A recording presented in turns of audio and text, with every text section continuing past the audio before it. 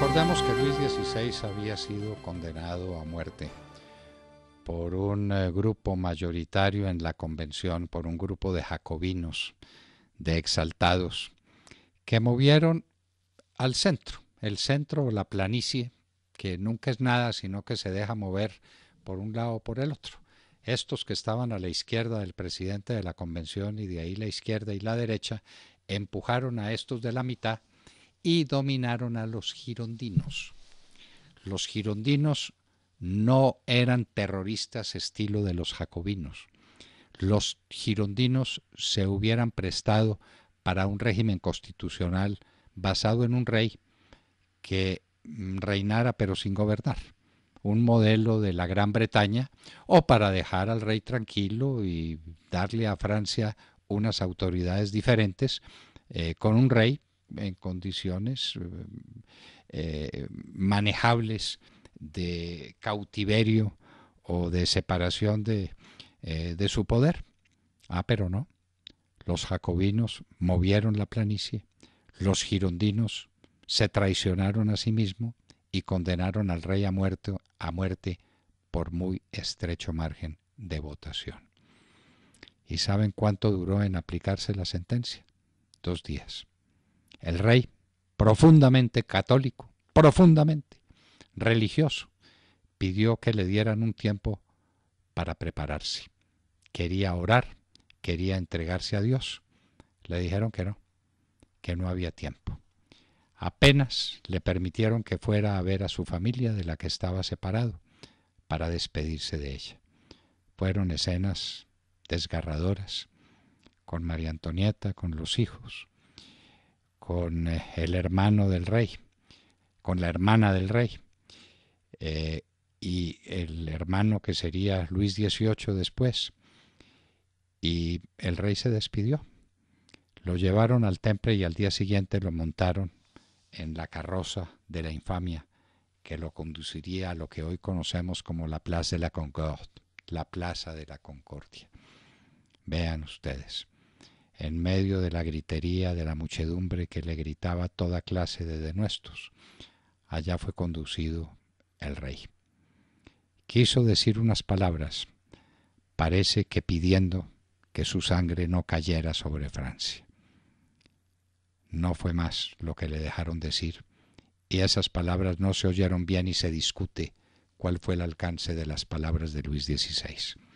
Se sabe que se portó como un hombre valeroso, no trastabilló, no pidió clemencia, no lloró, quedó en manos del verdugo que le cortó la cabeza en la guillotina, y luego esa cabeza ensangrentada, ensartada en una pica, fue mostrada al pueblo francés, que gritaba vítores, que daba alaridos de salvajismo. El rey había muerto. La convención había triunfado. ¿Qué se seguiría? La sangre de Luis XVI sí cayó sobre Francia. En medio de esos disparates políticos, en medio de esas posiciones recalcitrantes y brutales, tendría que surgir el terror. La convención ejercía todos los poderes y se hizo dueño de la convención Maximiliano Robespierre, un delegado de Arras, que era un hombre pausado y tranquilo, que se convirtió en el más terrible de los extremistas. Y vino la época del terror. A la carroza del rey, a esas carretas donde metían a los desgraciados condenados a muerte, a esa carreta del rey se sumaron decenas y centenas. Todos los que eran simplemente sospechosos de haber cometido algún delito, y haber cometido delito era que lo señalaran los jacobinos. No había más juicio. Solo bastaba que alguien fuera sindicado de ser amigo del rey o amigo de la casta privilegiada de los franceses para que fuera conducido al más horrible suplicio. Las cárceles estaban abarrotadas. No le cabía una persona más en las cárceles. la gente esperando que le llegara el último momento. El terror en Francia. Víctima de ese terror, víctima de esos excesos, Maximiliano Robespierre también pagaría con su vida en la misma guillotina, estando ya herido, las brutalidades que cometió. La sangre del rey sí cayó sobre Francia.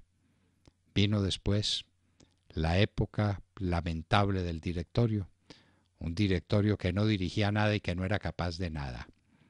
Y venía la insubordinación final para acabar con el directorio, que encontró un militar audaz, capaz, con una gran puntería con sus cañones, un tal Napoleón Bonaparte, que bombardeó al pueblo francés y disolvió la manifestación y permitió lo que viniera después, el consulado compartido, Sieyès, Ducos y Napoleón Bonaparte, una farsa que no duraría mucho para llegar a un cónsul único y para llegar a un emperador. La sangre de Luis XVI cayó sobre Francia. Vinieron las guerras atroces que siguieron al encumbramiento de Napoleón Bonaparte. Las glorias de Francia, en Italia, en la Europa central, en Alemania, en todas partes. Nunca pudo dominar Inglaterra, que le quedó faltando.